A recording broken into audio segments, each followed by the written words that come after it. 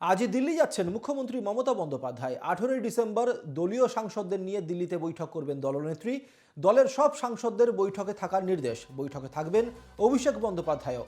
19শে December India জোটের বৈঠকে থাকবেন তৃণমূল নেত্রী মমতা বন্দ্যোপাধ্যায়। 20শে ডিসেম্বর প্রধানমন্ত্রীর সঙ্গে বৈঠক রয়েছে বাংলার মুখ্যমন্ত্রীর।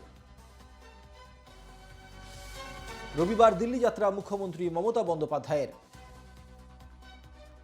18ই ডিসেম্বর দলীয় সাংসদদের নিয়ে দিল্লিতে বৈঠক করবেন দলনেত্রী।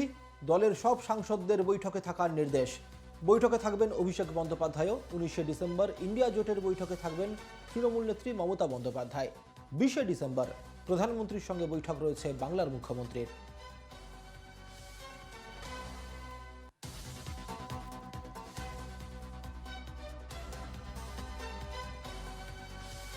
রবিবার দিল্লি যাত্রা মুখ্যমন্ত্রী মমতা বন্দ্যোপাধ্যায়ের। 18ই ডিসেম্বর দলীয় সাংসদদের নিয়ে দিল্লিতে বৈঠক রয়েছে মুখ্যমন্ত্রীর। 19শে ডিসেম্বর ইন্ডিয়া জোটের বৈঠকে থাকবেন মুখ্যমন্ত্রী মমতা বন্দ্যোপাধ্যায়।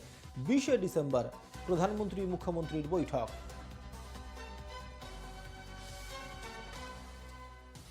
এ বিষয়ে বিস্তারিত জানতে আমরা এখন যোগাযোগ করব আমাদের প্রতিনিধি রণজয় মুখোপাধ্যায়ের সঙ্গে। রণজয়, কি খবর রয়েছে?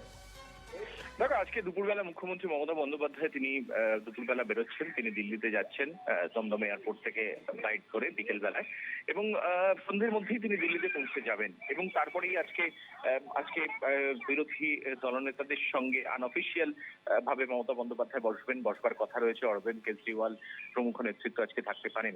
এবং তারপরে 18 তারিখ গুরুত্বপূর্ণ বৈঠক রয়েছে। তৃণমূল কংগ্রেসের সমস্ত রাজ্যসভা এবং লোকসভার সাংসদদের উপস্থিত থাকতে নির্দেশ দেওয়া হয়েছে।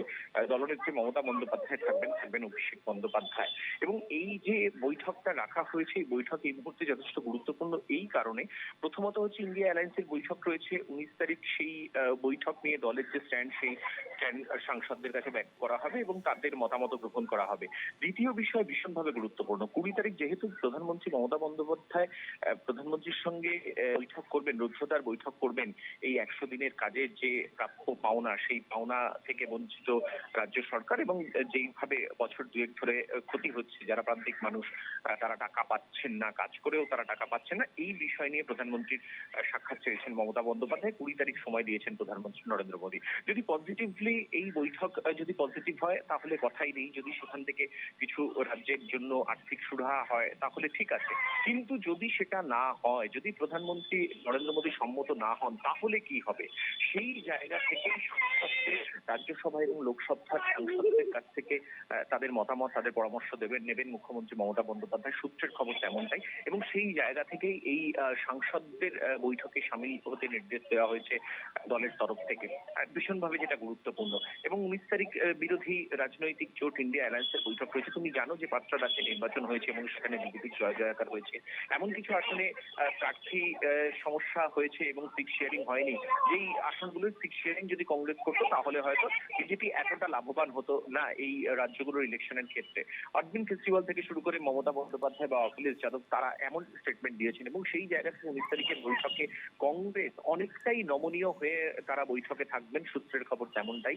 আঞ্চলিক দলগুলোর তরফে অখিলেশ যাদব, অরবিন্দ কেজরিওয়াল, মমতা বন্দ্যোপাধ্যায়, তাদের তরফে যে সেই থাকবে, এবং সেটা গুরুত্বপূর্ণভাবে সেই থাকবে আঞ্চলিক দলগুলোর ক্ষেত্রে। এবং সেই জায়গা থেকে আগামী সময় সিট শেয়ারিং থেকে শুরু করে একসঙ্গে পথ চলা, একসঙ্গে প্রচার করা, কোন রাজ্যে কি অবস্থান নেবে ইন্ডিয়া অ্যালায়েন্স, সমস্ত বিষয়গুলোই কিন্তু এইবারের যে বৈঠক রয়েছে অত্যন্ত ক্রুশিয়াল। মমতা বন্দ্যোপাধ্যায়ের এবারে 4 দিনের দিল্লি সফর, এইবারের বৈঠকেই কিন্তু স্বীকৃত হবে। তার কারণ হচ্ছে এরপরে আর সময় নেই। প্রত্যেকটা রাজ্যের মুখ্যমন্ত্রী, বিরোধী রাজ্যের মুখ্যমন্ত্রী বা শীর্ষ নেতৃত্ব যারা রয়েছেন, তারা তাদের নিজেদের রাজ্যে তারা প্রচার কর্মসূচিতে ব্যস্ত হয়ে পড়বেন।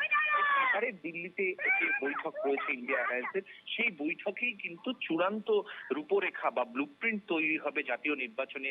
অপোজিশন রাজ্যগুলির যে ভূমিকা, সেই ভূমিকা কি হবে, অপোজিশন রাজনৈতিক দলগুলোর ভূমিকা কি হবে, এবং তাদের মধ্যে সিট শেয়ারিং সংক্রান্ত ভূমিকা কি হবে। কেননা যে জায়গাটা প্রমাণিত হয়েছে যে কংগ্রেস যেহেতু এই 5টা আসনে কোন রকম তাদের আসন ছাড়েনি অন্যান্য বিরোধী রাজনৈতিক দলগুলোকে, তো সেই জায়গা থেকে আজকে কংগ্রেসের অবস্থান অনেকটাই পিছনের সারিতে ইন্ডিয়া অ্যালায়েন্সে।